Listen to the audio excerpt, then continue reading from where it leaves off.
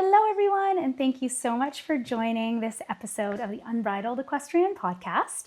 Today we have Kathy Jackson joining us.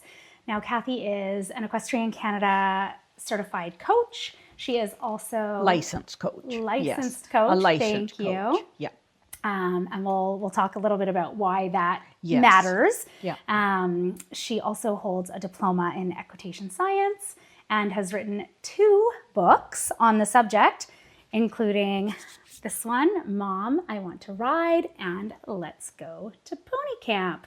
So these are actually now also recommended readings for Canadian Pony Club, which is really exciting and a really cool step forward and a great way for parents and children to learn about equitation science from the beginning. Yes, it sure is. Yeah, so That's thanks great. so much for joining us, Kathy. Well, thank you so much for having me today. Really Yes. appreciate it. My pleasure, and I can't wait to hear. We've got the first training principles here, and Kathy's going to be talking a little bit about that. We are in her barn, so excuse us Yes, if we have there's a to few swat wasps. some wasps away. Our lovely co-host Tigger is joining us as usual. Oh, we don't want her to eat the sky raisins. Those are spicy. Spicy sky raisins. Sorry. So, Kathy, I'd love if you could start off just by telling us a little bit about yourself, your background, Yep. and how you got into the world of For equitation sure. science. So I have been a horse enthusiast since I was little. Drove my parents crazy, but I just seemed to be someone born with the passion for horses. And I always have ridden. I've always had ponies, and then growing up, I searched out lessons and learned a little more and learned a little more. And I was always having to work to support having a horse and doing things. And then finally, I was able to come across a coach, a veterinarian friend who isn't in Canada now. She lives in Spain, but she introduced me to equitation science. And equitation science is not a method.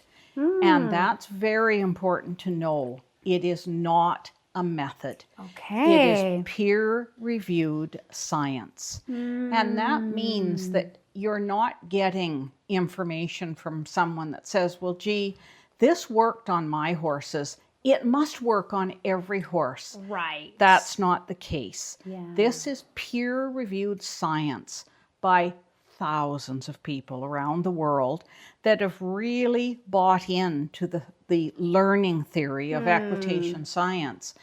And every year they have ICES, which is the International Equitation Science. They always have a group of people, of scientists come together, and lay people like myself that can come and learn, and they always have a symposium. Okay. I've been able to, in Canada, attend the World Symposium twice, and I believe next year it's going to be in the Netherlands. I think I'm giving that correct information. Okay. So it's really thrilling how people come together and how the research is done. And I'm sure that if I'm lucky enough to live to be 90, I won't know everything about horses or think that I would. The little touch just on the edge of the iceberg that I've got has just been thrilling. But that's what equitation science, it is not a method. It encompasses any type of riding that you do. Okay, I love that distinction. Thank you And for that is clarifying so that. important to know that, Yes. because it does encompass for all horses. And because welfare is such a huge subject, equitation science is a wonderful place to learn how the horse learns, how the biomechanics of the horse learns. We know now, as you're a saddle fitter, that if we don't have our tack fitted, and that's whether it be the bit or the bridle or the saddle, it's not going to help us with our riding. Yeah. It has to be from the point of comfort from the horse's view. Yeah. So all of these things kind of come together, and that's what gave me such a passion and such an interest for the equitation science. And then I got busy, and I was lucky that I could do with Dr. McLean and his wife Manuela just world-class training. And I've been able to attend what's called a short course 3 times. They were in Canada. Oh, wow. So that was just wonderful learning. Where are they based? They are based in Australia. Okay. And that's where you would, you can look it up on the internet, look up ESI, Equitation Science International. Okay. And that's where they offer their training programs. Excellent. And it's a real chance, especially for younger people that are riding, to have a full diploma. You're going to be welcomed more into the horse training world and just with that background. And it really covers so much. That's really interesting. And Yeah. it's so nice to know that there is something like that available where people Yes. can get a more well-rounded and evidence-based It is. background if Exactly. they're looking to pursue a career Yeah. in the equestrian industry. I would certainly highly recommend it. And just the fact that it is so well researched and how many people are working, scientists, and then presenting, you know, it's really amazing. And what we know, so the sign here, which is the basic 10 principles, Yes. that's why we know it's not a method. This is how horses learn. Yes. And this is just helping us just a touch, the very basic understanding of what the 10 principles, and that's what we touch on in the book. Okay. And give very simple illustrations of how horses learn. Number 1 is safety. And it is safety from wearing riding boots to a hard hat to gloves, and then the safety of the horse with their tack, how we approach the horse, even the area. We want to be safe for both horse and rider. Yeah, absolutely. Yeah. And I think safety is such a, it's such a broad and all-encompassing Huge. term. Yeah. And it can mean anything, like That's you right. said, from how we're prepared Yes. to even how we approach them. Yes. And whether we allow for them to kind of feel emotionally, mentally, and physically Yes. safe in our presence. Exactly. Yeah. And of course, we are learning behavioral science. Yeah. And there's so much to it. This is just a little taste today of what it is. Yeah. But it's really fascinating and well worth looking into. Oh, well, this is Yeah. wonderful. I can't wait to dig into some of the different Yeah. elements of Exactly. equitation science and the various principles that Yes. it encompasses with you today, Kathy, because Yeah. I think for anyone listening, if you're interested in learning more about animal behavior or equitation science specifically, you're probably going to get some really good nuggets out of this episode. Yeah, I hope so. Yeah. That's great. So you've kind of covered that, it's evidence-based, Yes. it's science, it's animal behavior. Yep. Are there any other things that you think are really important for us to know about what equitation science is at its core? And obviously, and at its we'll core get into again this. is again that it's not a method. It doesn't matter what discipline you're doing with your horse. It's simply principles of training. And of course, there would be so much that we could go into. There are books available through ESI that are just fantastic by Dr. McLean Okay. and Dr. Paul McGreedy. They are two at the head of the equitation science, but then opened it up to all PhD students and people doing peer-reviewed papers and studies. It's just unlimited resources of information for people. And it really does matter. And I think a huge takeaway from this is that really when we're working with horses, if they're not relaxed, right then and there, you have sort of wasted your time. And through the equitation science, that's what I really learned, is how we can find that relaxation and little things that we can do with horses. And a light bulb just came on for myself. And I've been able to, to help other people at lower levels, and, been really fascinated with the results and how helpful following the 10 principles are. Okay. So why don't we go through these 10 principles? Sure. Because I think that will help anybody listening get a really good understanding for sure. of all the various components that equitation science is based around. You bet. And, some of the principles. Whoops, losing our sign there. There we go.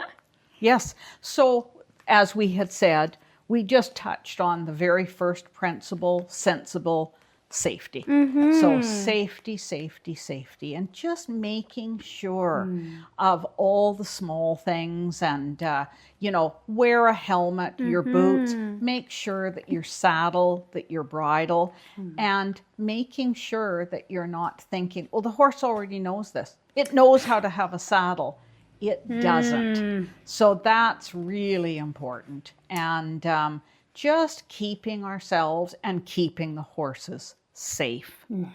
So the next one is number 2 on here, is the regard for the nature of horses. And tell us more about that. That is a really interesting one. And most people don't realize that through ethology, the scientists have learned that horses must have freedom, forage, and friends. And again, we're just touching on this in a very light way in our conversation. We could be in depth and talk a long, long time about this. Yes, well, but we'll have to have you back because, for sure. I think it's so broad. It's so broad, and every element of it, we could kind of dig in forever. Yes. But that's the beauty of this sport, the beauty of this industry, and the beauty of any scientific endeavor. On the saddle fitting side, it's sort of art and science. But animal behavior, we're never going to know it all. But the more we can learn, the more we can step outside our comfort zone, and the more we can acknowledge the facts. It just kind of gives us, I think, a framework. I do too. Within which to base our practices. Exactly. And also sometimes a bit of a mirror to say, oh, my horse doesn't have any of those. That's right. Which, unfortunately, the vast majority of horses in boarding facilities, for example, don't. No. And obviously, there's only so much that we can do, as owners, if we're limited in terms of where we can have a horse. But the more we know, the more empowered we are to advocate for them and help them in meaningful ways. So I think these conversations are so important for people to hear. And it's so difficult for people just with the costs of everything. And it's not possible for some people to have 2 horses on a property. But just knowing this information and knowing that it is correct and it's scientific, peer-reviewed, knowing that horses, it's not just something that they need, friendship of other horses. They really need it for health, overall well-being. It's really important. So one thing on this topic before we move on to number 3 would be, I know that Dr. McLean has done many, many visits to police horse stables. So if you're in a city with police horses, you're not going to have open fields and be able to have that freedom. But these horses are out moving on an 8 or 10 hour shift all day with police officers. How do they do a better job in the barn? They've made bigger box stalls. And they don't have walls. They would have bars between horses that are friendly, working with each other. And that means that they can reach through the bars. They can touch each other anytime they wish. They've got companionship, but they're still private. They've got their private bed. They can look over to this horse. And the difference that it makes for their quality of life is huge. So there are things that we can do in a smaller way Right. that makes that easier. So it's just helpful, and it gives people food for thought to really find those 3 issues. Yes, and I love that you said that. You know, we're not always going to be able to change No. our situation or our horse's situation. Exactly. And that said, sometimes just recognizing what Exactly. might not be optimal, we can find little workarounds. You know, Sure we can. Maybe they get some paddock time with a buddy. You bet. You know, there might be ways that we can just change how we're looking at the situation and come up with creative solutions. And so the more we know, the better we are equipped to do things like that and pivot when needed. Yeah. And that makes so much sense. I mean, it's just like people, we're not meant to live in isolation. That's right. You know, if you think in a prison, Yeah. they put people in solitary confinement as a punishment. Yes, exactly. And so it's kind of a punishment to the horse if they're locked away alone all the time. it So makes sense. It And so does. that would, you know, just like in a person, if they're feeling depressed or if their mental state starts to wane, their physical health usually follows pretty closely You bet. behind. And has the science sort of found the same thing with horses? Yes. Okay, that makes a lot of sense. Definitely does. So number 3 is the regard for horses' mental and sensory abilities. And what this means to us as horse riders and trainers is we have to stop saying cliches like, he knows better. He just won't go out there because he just, darn it all, he knows. Horses do not think like us. Yeah. Horses do not have this frontal cortex that we have, and they do not think the same as we do. Yeah. And your horse does not know. It's just something that's frightened, and it is a response to walking over the blue striped pole instead of the solid black and white pole or whatever the color is. And there's the horse just has not got the trained in responses and cues. And this is a really big takeaway, that horses do not think like us, and they don't. So that's a really important takeaway message. And number 4 is regard for the current emotional state.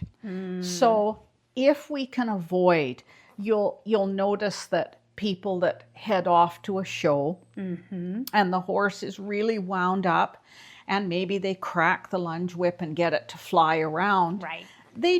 The person isn't meaning to be unkind, but that horse is now in flight mode. Yes. It cannot settle down. It is not understanding what you want because they don't think like us. And we really have to be able to find a way.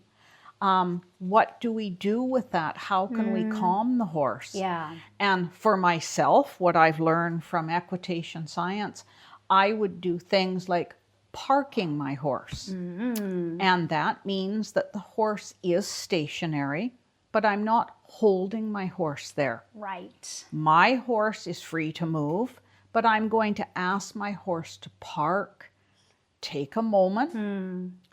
Perhaps if we can, work on lowering the head gently. And if the pole can be just about the same height as the wither or just below, science again has shown us that the pheromones will kick in, and it's a relaxation for the horse. It's just a moment to reflect. It's like ourselves. If we get really geared up, if you can just sit and think about it for a few minutes. And it's the same with the horses. So we have to be really thoughtful of that. And one of the things that we were taught right away was, when you think of a horse, how fast the feet go, how far equals flight. And the faster the feet and the further the horse runs, the more flight. And this is what we want to diminish and see if we can get that. So it is really important, and to know that the horse does not think like us. Yeah, so I'm really glad that you pointed that out because, Yeah. we hear things like that all the time. Oh, Yes. he knows better, and That's he's right. just being an idiot. Yeah. And it's like, well, chances are, if they're Yeah. not responding in Get the up. way we want them to, Yes. we probably haven't set them up for success in whatever that endeavor You bet. is. Yes. Either we have not shown them that thing before it's new. Yeah. We have not prepared them mentally or physically for that task. Exactly. Yeah. We're maybe not bringing ourselves to the Yeah. to the conversation. Yeah. And I think that's part of it too. And we I just do talked too. about this in a Yes. podcast.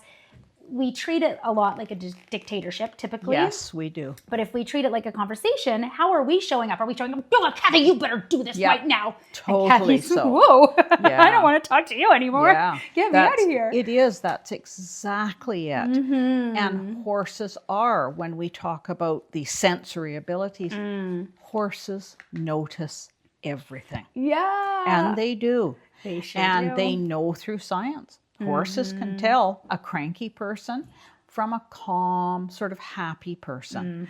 And you can't fool horses. No. They read us very, very well. Yes. And So they don't lie. They don't lie. So if they're showing you something, Yeah, that's another huge piece.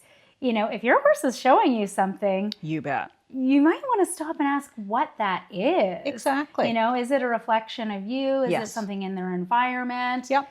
They're not trying to be stupid, trying They're to be not. bad, trying to be No, rude, exactly. trying to ruin your day and make you look like an idiot. No, You they're know? either frightened or they really don't understand the question. Yes.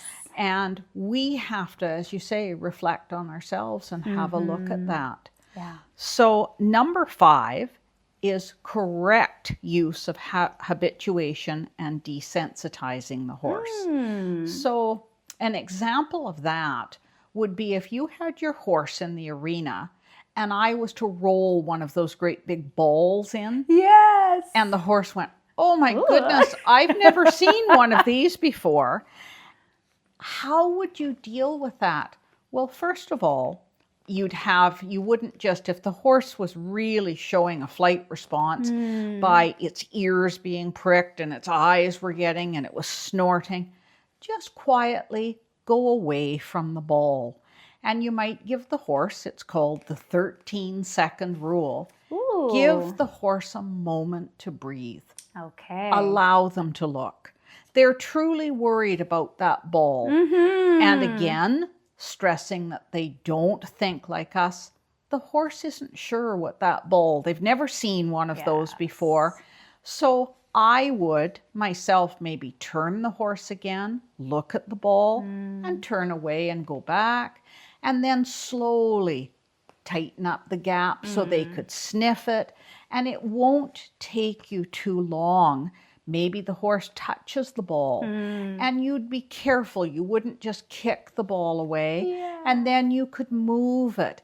And the horse eventually would just come into the arena and go, yeah, there's a ball there. But there is a way to desensitize, and it's through calmness, looking at, retreating, going back, bringing the ball a little closer. It just takes a few minutes, more a common sense approach than anything. Yeah. But it is, As opposed to flooding them. yeah, it is really an important thing to do.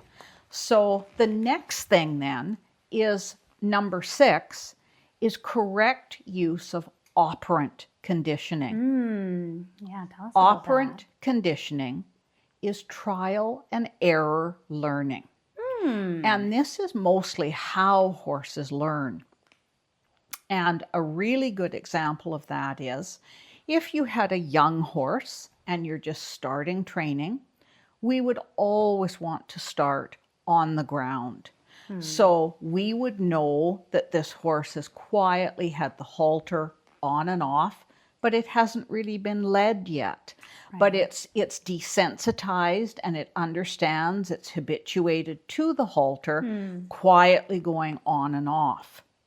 I always use in my training a dressage stick. Okay. I'll call it a stick Yeah. because I don't like the term whip because we are never going to whip the horse. The dressage stick is used as an extension of my arm. And before we start with this young horse, I'd make sure that as a treat to the horse, I could rub the dressage stick all over this young horse's body. Yeah. No fear whatsoever. It understands. The stick is friendly. Yes. It's always in neutral. It rubs. It's pleasant. So we've established that. Now we want to teach this horse to lead. And this is where we would come into our equitation science, the shaping scale. Okay. And what we do is we start with a basic attempt. Any kind of a step. It could be off to the side with this young horse. It could step forward. And we would do it from the slightest pressure, maybe saying walk on. If there's no response, then I might give 2 little tiny taps where the girth would sit. Okay. And then repeat and say, walk on. The moment the horse has walked on, the tapping has stopped. 2 little taps, little pressure, walk on. And I release that. And that is known as negative reinforcement. The lightest pressure goes on, and then it goes away when the question is answered. And then we build on that and work our way up the training scale. Okay. And that's why it's known as operant conditioning, because it's trial and error learning. The horse isn't sure, and it doesn't, remember, the horse does not think like us. That horse, that baby horse, doesn't know that we're going to go off for a walk, and they have to learn that. So lots and lots of things. And then we have number 7, which is correct use of classical conditioning. Okay. And classical conditioning, I would like to think of, is if I'm riding my horse, I'm just walking around the arena. We know that the reins are used for stop and go. But classically conditioned is using a cue before we would use the reins, and it's known as classically conditioned. So I might just take a breath, and before I would squeeze my fingers on the rein, I'd just stop my seat and my horse would stop. And it's just a light cue preceding that rein cue. And we want to always have our cues from the lightest, if we can reduce them down, to make it pleasant, not just for ourselves, but for the horses.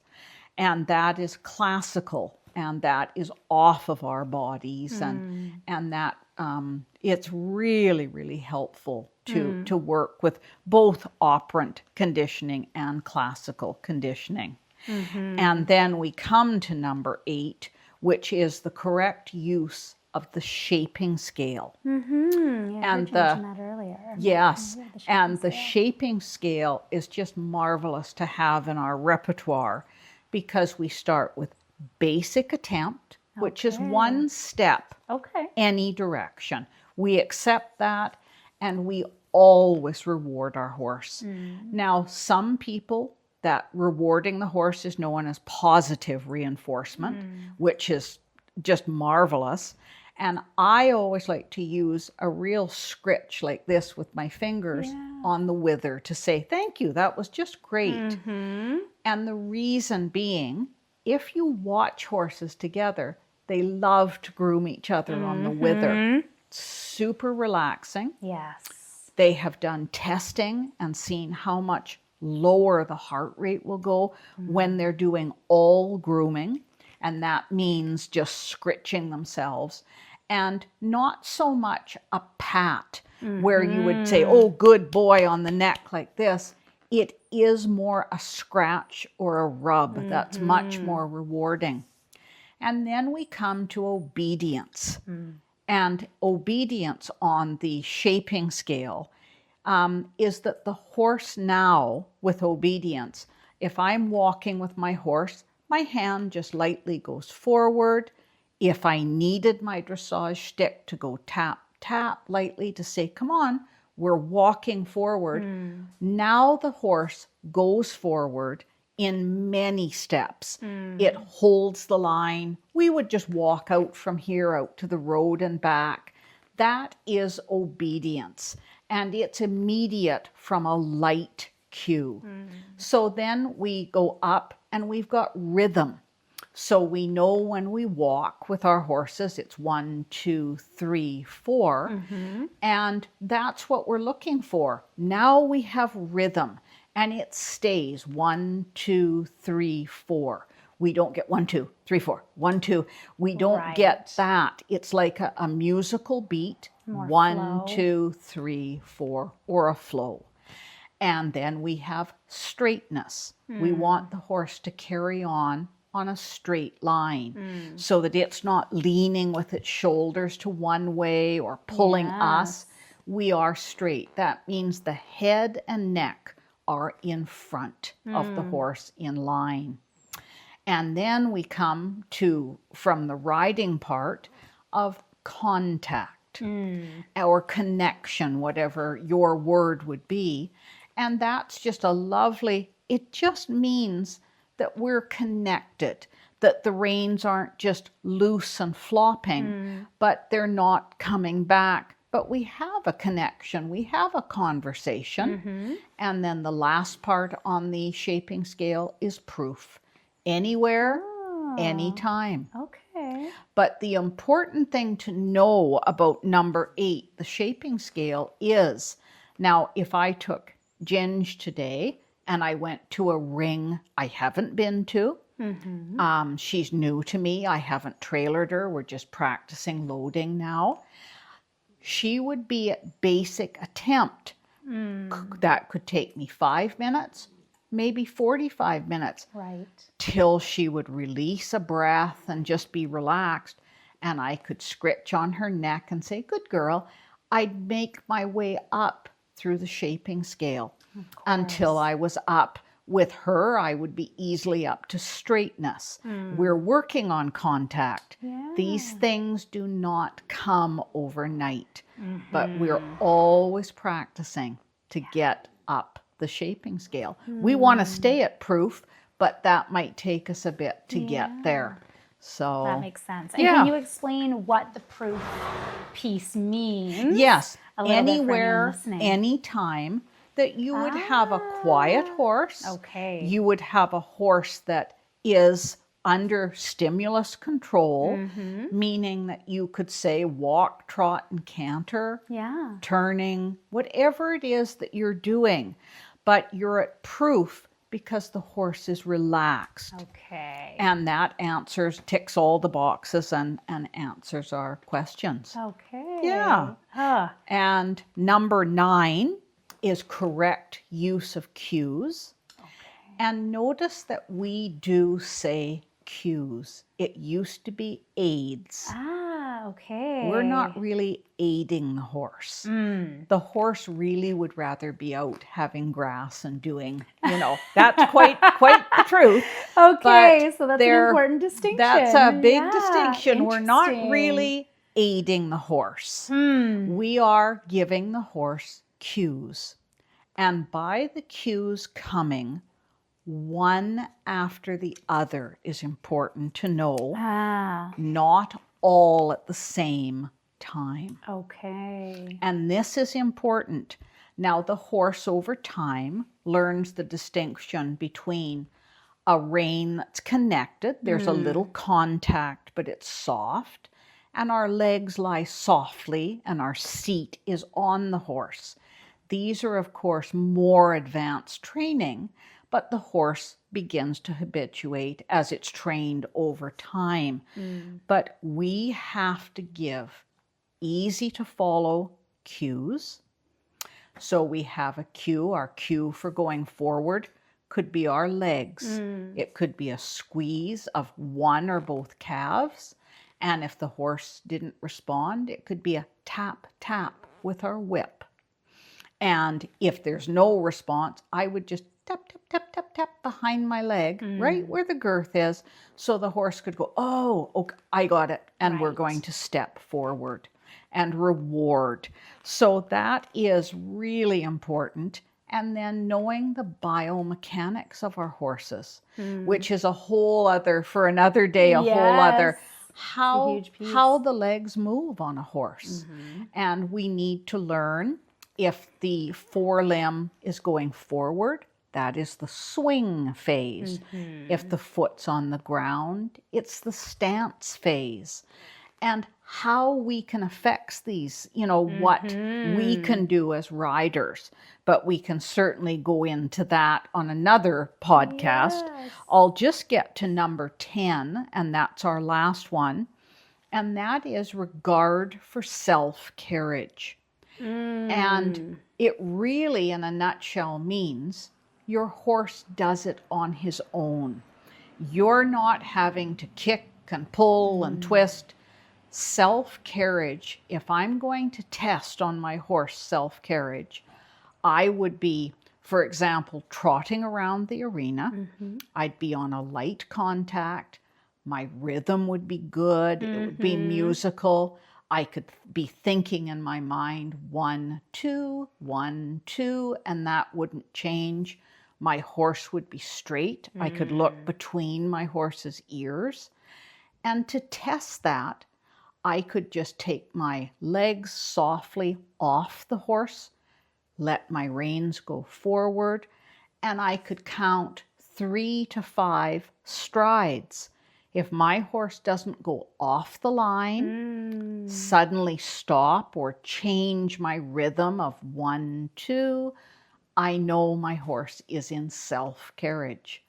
That horse is doing it on their own. Yeah. And this is what we strive. That is real harmony with horses.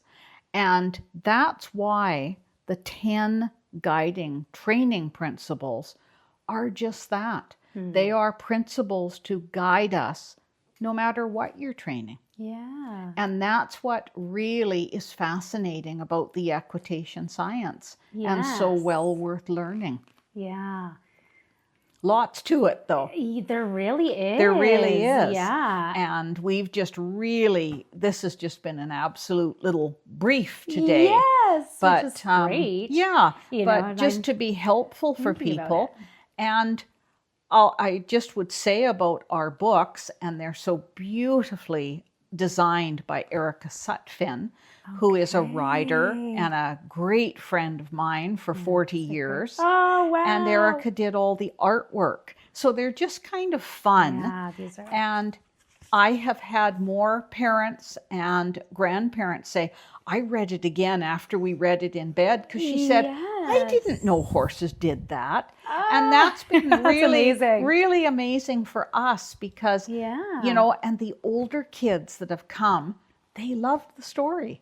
So don't be afraid to think, well, you can't just buy a copy. And they're so reasonably priced. Yes. All of this is in there. And being in the story form, I found that the kids really, really took it in. So that was really thrilling for us. That's wonderful. Yeah. Well, and I think the beauty of it being in a story and probably why podcasts are sort of so widely utilized as a learning platform is it kind of lessens people's defenses a little. Yes. You know, I think anytime we're exposed to new methodologies, new ways of thinking, new practices, especially in this sport, but in most things anything in life, you bet. We're all a little, we're all afraid. Any kind of change is frightening. Yes. And I find that too. People are just, no, it's too much. But it's really not. If you just take it in bite-sized chunks, and everybody has something wonderful to bring to the table. Yes. Young or old, and equitation science just seems to open the door to make that combination between horse and rider that much more fluid and much easier to have. And I just feel personally myself, just from being in the horse world, we need to do better for our horses. And that includes myself. And, as I say, I'm just on the tip of the iceberg. And this is just my sort of take on the equitation science, very brief today.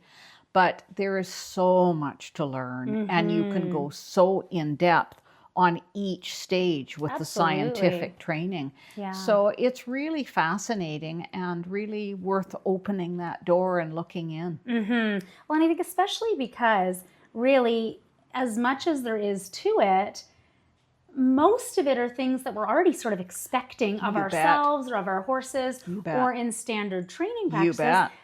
Mind you, they're not always based on a foundation that's solid. And so we have these expectations of grandeur or, you know, we think the horses should be able to self-carry and they should be straight and they should be this and they should be that. Yeah. And we should all over them and we should all over ourselves. Yes. Yeah. Because a lot of the time we don't really have a proper foundation. That's right. To build any of these practices upon. And so, you know, if you want self-carriage, it doesn't just happen. It doesn't. You know, you have to build up to that. If you want a confident horse, that doesn't just happen. You know, and it requires work on both sides. It does. You know, and it's how we show up again to the conversation. But what I love is, you know, this provides a framework. Yes, and it does. At the end of the day, I think we all need structure, even if we don't like it.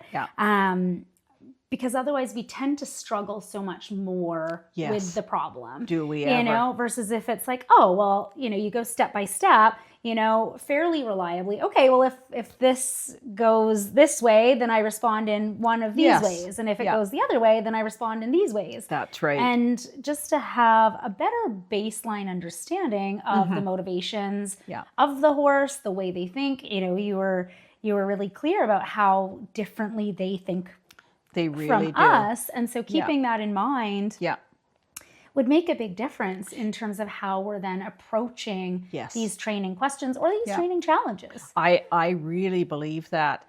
And I really do. That's, for me, people are so shocked when you say, but the horse does not think. They do not have this frontal cortex. They do not think. And thus the person that comes out and says, well, he knows better. He knows to get into that horse trailer, darn him.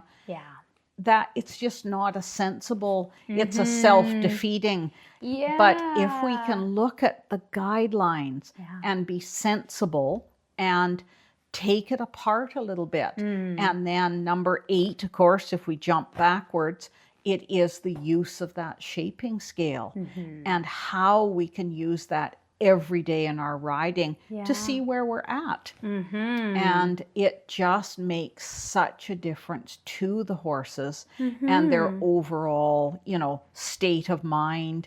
And I think health and soundness, I think it all plays into that.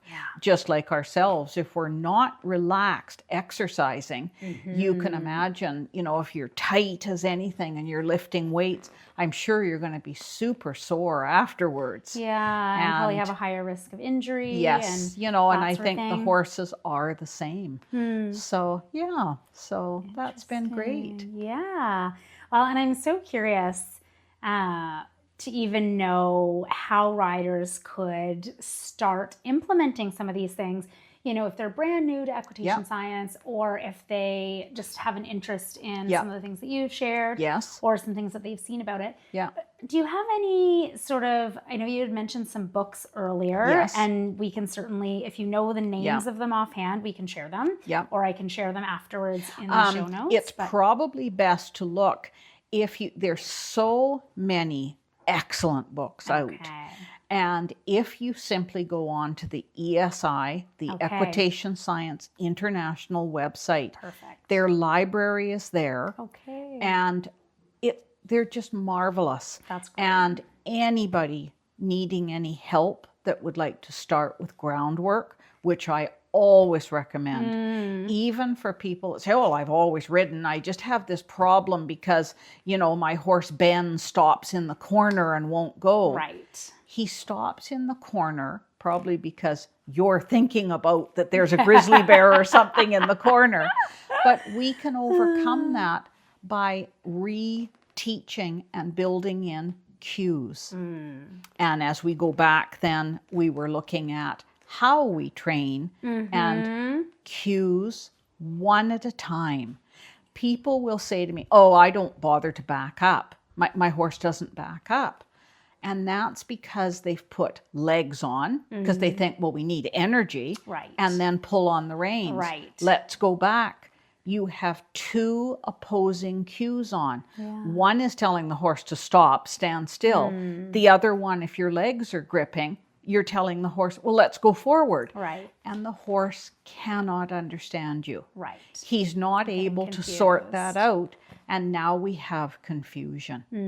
So I think probably just by doing a little bit of research, and anybody wanting to reach out, I'm always available for help, and just helping somebody, you know, just for a few times, just to get them started. Yeah. And there's several other people on the island that have the same diploma as myself. Wonderful. That are fabulous trainers and help people. So just find someone to give you a helping hand, and just get started, and just start using the 10 training principles and then the shaping scale. And you'll really be surprised at the difference. I love that. Yeah. You know, and what I think is very interesting about this is you don't necessarily have to throw the baby out with the bathwater. That's right. You know, that's something else that I see. Yes. People often, they just get leery of or nervous Yes. about. Yeah. You know, oh, well, I've always done it this other way. That's right. And, you know, it can be scary, just It like it can be can. scary for your horse to do Very something totally much. new and different. Yeah. But it sounds as though a lot of these things can really kind of integrate nicely into maybe what you're already doing, or be a nice thing to add. Yes. You know, adding in some groundwork Yeah. things, you know, that will all just help to build your relationship with the horse, and maybe help boost your understanding of why they are the way they are. You bet.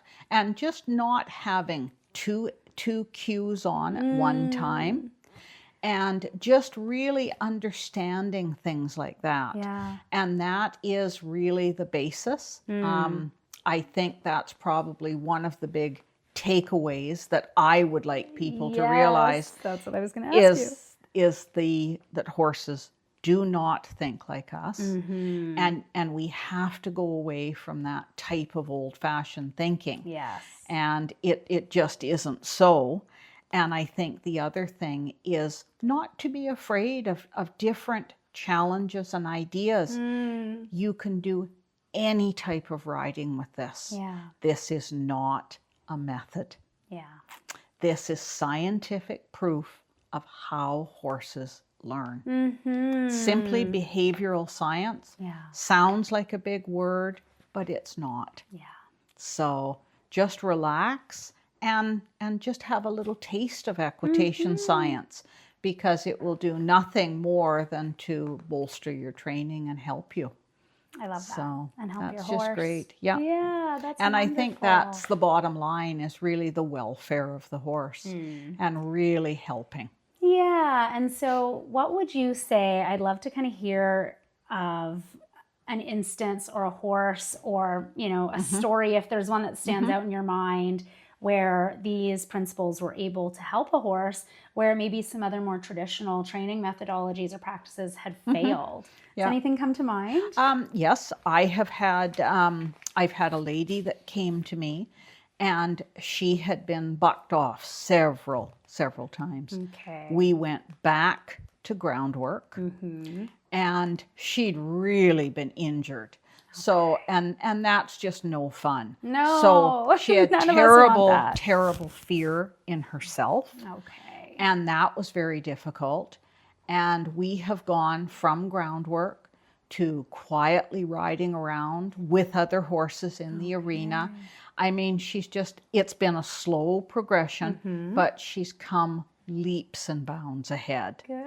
And it really does. It made the difference for her so that she could relax. And the horse was so just, he just come out like this with his eyes, because he didn't know where he was at, because she was so worried.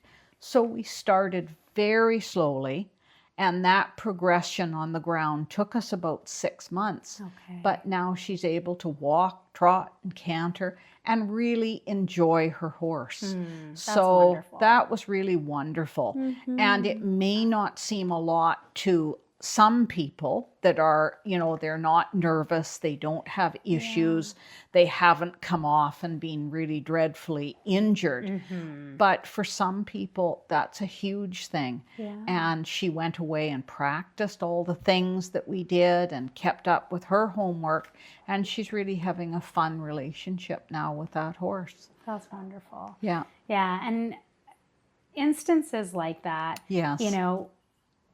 regardless of kind of how they look on the outside. I mean, I Yeah. feel as though as a coach, Yeah. for me, I used to coach and Yes. I've been saddle fitting for almost a decade. Yes. You come across people that have fear. A Yes, lot of us a as lot. riders have fear. Yeah. And to be honest, we'd be crazy not to a lot of the time Exactly. because Yeah. typically we're not necessarily set up for success, and nor are our horses. And so yeah. we're sort of going after, again, You these bet. lofty goals Yeah. with the expectation that the horse should know or Yes. should get us to the other side You bet. safely, and yet they don't necessarily have Yeah. the foundational training or Exactly. understanding to do it. And so, whether that instance kind of rings true for you, or Yeah. you've just been overfaced, or Yeah.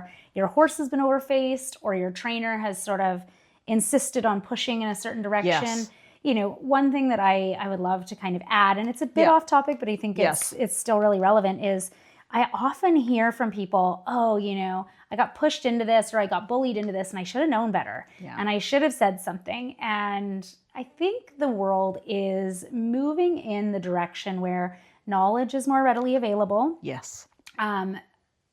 I never would recommend, undermining a coach, but I think it's really important to think for ourselves sometimes You and bet. to advocate for our horses' welfare first and foremost. Yeah. And the trouble becomes, I was just talking about trauma in horses in a recent Yes. episode, and it does not take a lot to traumatize a horse Right. and overface them in a way that is going to create a significant setback. Exactly. And yet it's something that I see so commonly in sort of Yes. traditional training Exactly. that really sets them up for ongoing failure, because You it bet. breaks the trust in your partnership. It Yes. breaks the trust in you as their person. Yep. And I love, this is based on not only science, but equine welfare, and ensuring that, hey, they are wanting to show up to this Yes. partnership as well. Yes. Because I think at the end of the day, in any partnership with a horse, regardless of what you want to do, if you want to be, doing Grand Prix, Yeah. if you want to be in the dressage ring, if you want to be in the jumping ring, if you want to be out on a trail, if you want to be doing obstacles or working equitation, Yes. really anything that you want to be doing with Yeah. your horse, if you want it to be more enjoyable for both of you, You bet. less stressful, and you want to be more successful at it, having your partner be willing and on board, and having clear communication with Yep. them so that they know what you're asking. You're not just expecting that they know. Exactly. And I hear this so often, Yeah. and I try to be really quick to challenge it. Like, how would they know? Yeah. I'm watching you and I'm Yeah. confused because you're Yes. inadvertently utilizing your inside seat bone while, blocking that with your outside leg. Yeah. And you're asking sometimes for two totally different things. Exactly. And using opposing forces. And sometimes our bodies lie. Yes. We think we're doing one thing, we're actually doing another. Yeah. And so I think having, again, this framework to really maybe check in, I guess, with the horse and see, hey, where are they actually at? And where are we at? Yes.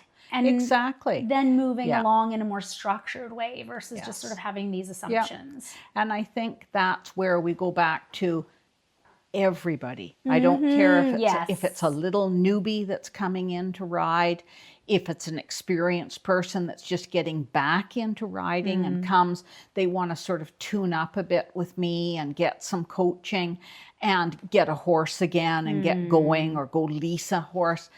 I think you have to be approachable, and kindness is the word. Yeah. And I think that rider has to be able to say, oh, I don't think I can trot today. Yeah. That's just fine. We'll walk.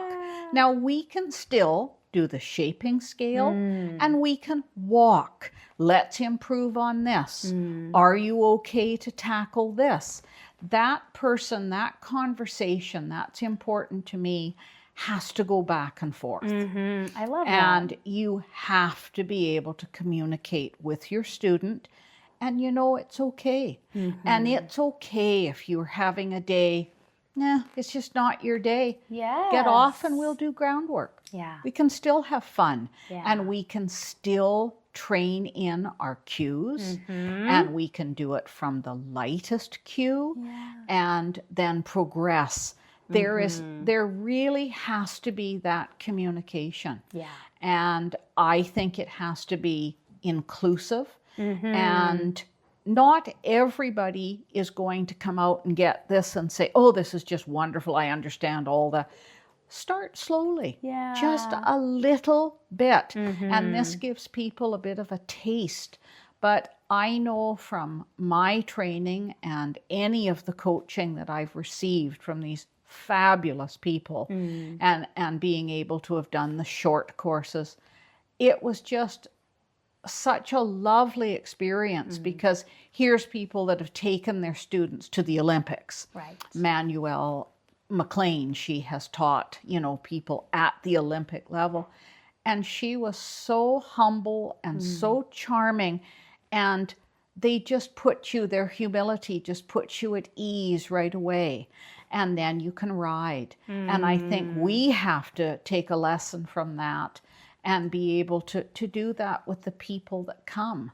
Yes. And I can always learn something from a rider. I can think, gee, okay, now, that didn't work. Yeah. What can we do to change this? And especially with the little ones, it has to be fun. Yes. And for adults too, Kathy, I'm glad. It does. It's so funny because Yeah. I would say I see, certainly I know in teaching children and when I was younger and I was riding, it was so easy to get scared. Yes.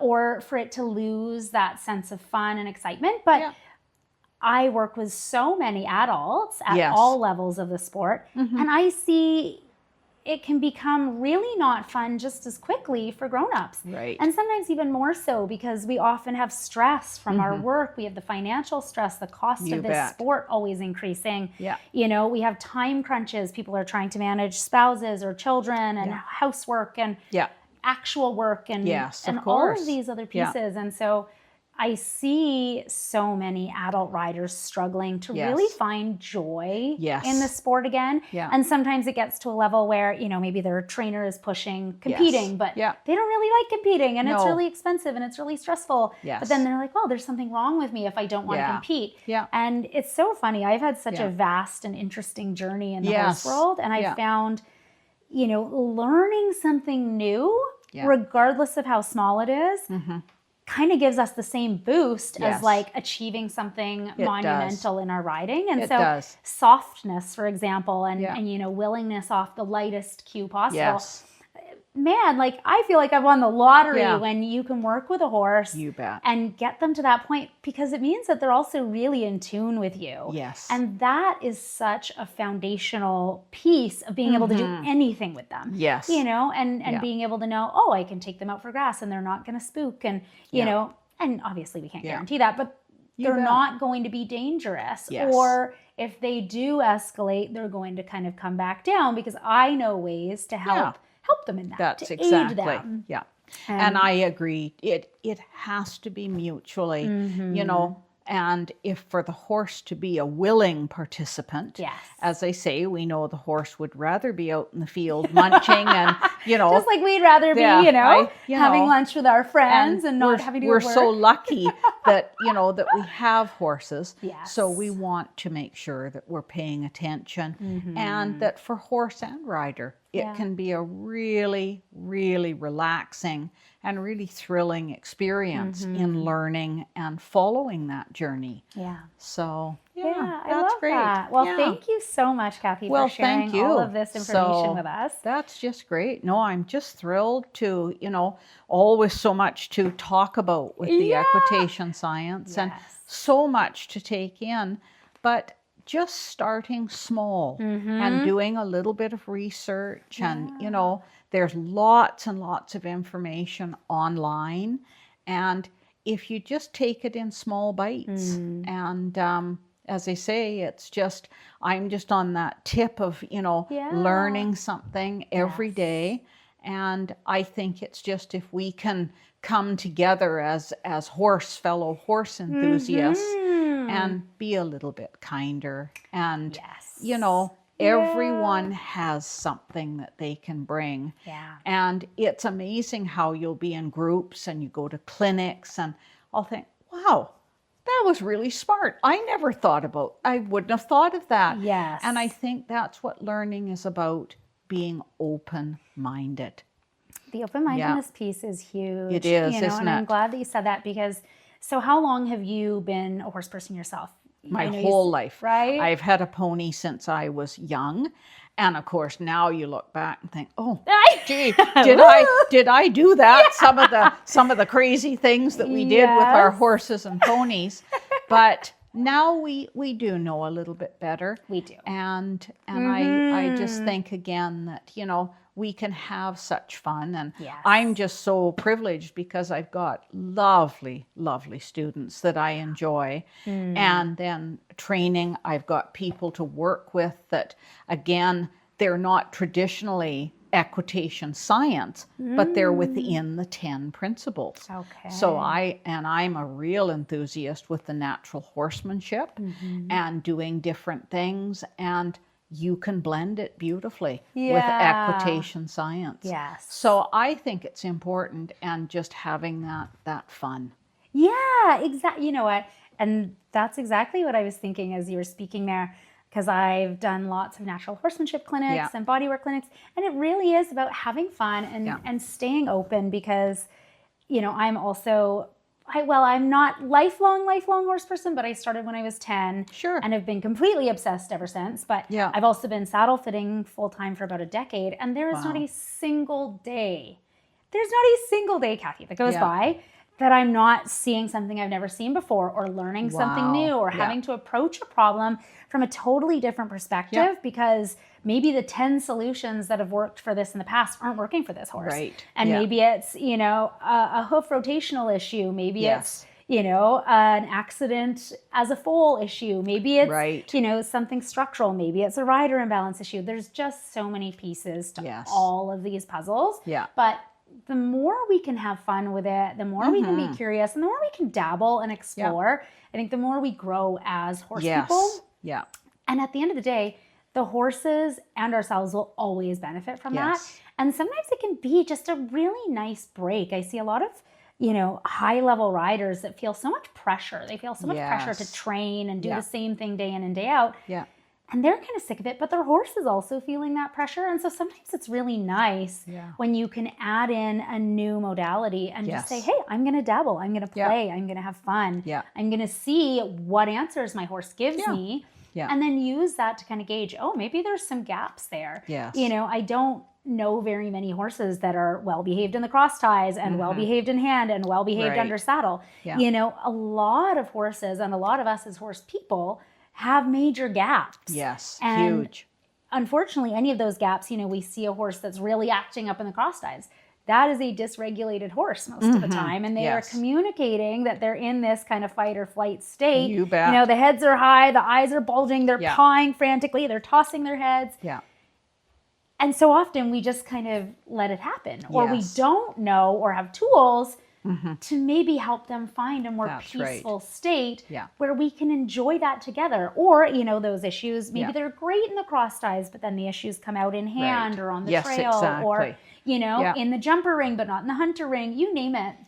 And it's so there. I love just having options to approach these problems. And that's what this is.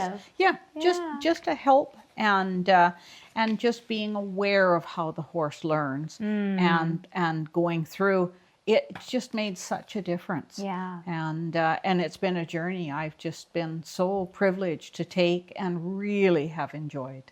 That's wonderful. great. Well, we've enjoyed having you, Kathy. Well, thank you so much again for taking asking the me. time. Oh, it was wonderful. Thank you. Yes, excellent. Well, Great. thank you all for being here, and I hope you enjoyed this episode. Let us know if you have any questions about equitation science. And Kathy, what is your website? Can you share that? Oh, yes. Anyone wishing to contact us about books or be in touch with us, Again, it's these are the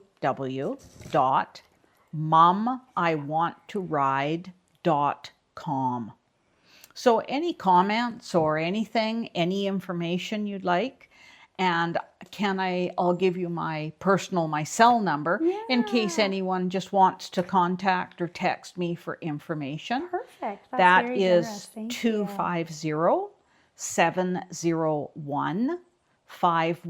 250-701-5137. And feel free to reach out just if you have questions or comments. I'd love to answer them for you. Wonderful. So, Well, thank thanks you so very much, Kathy. I much. appreciate you taking the time to be here. Me too. It was just great.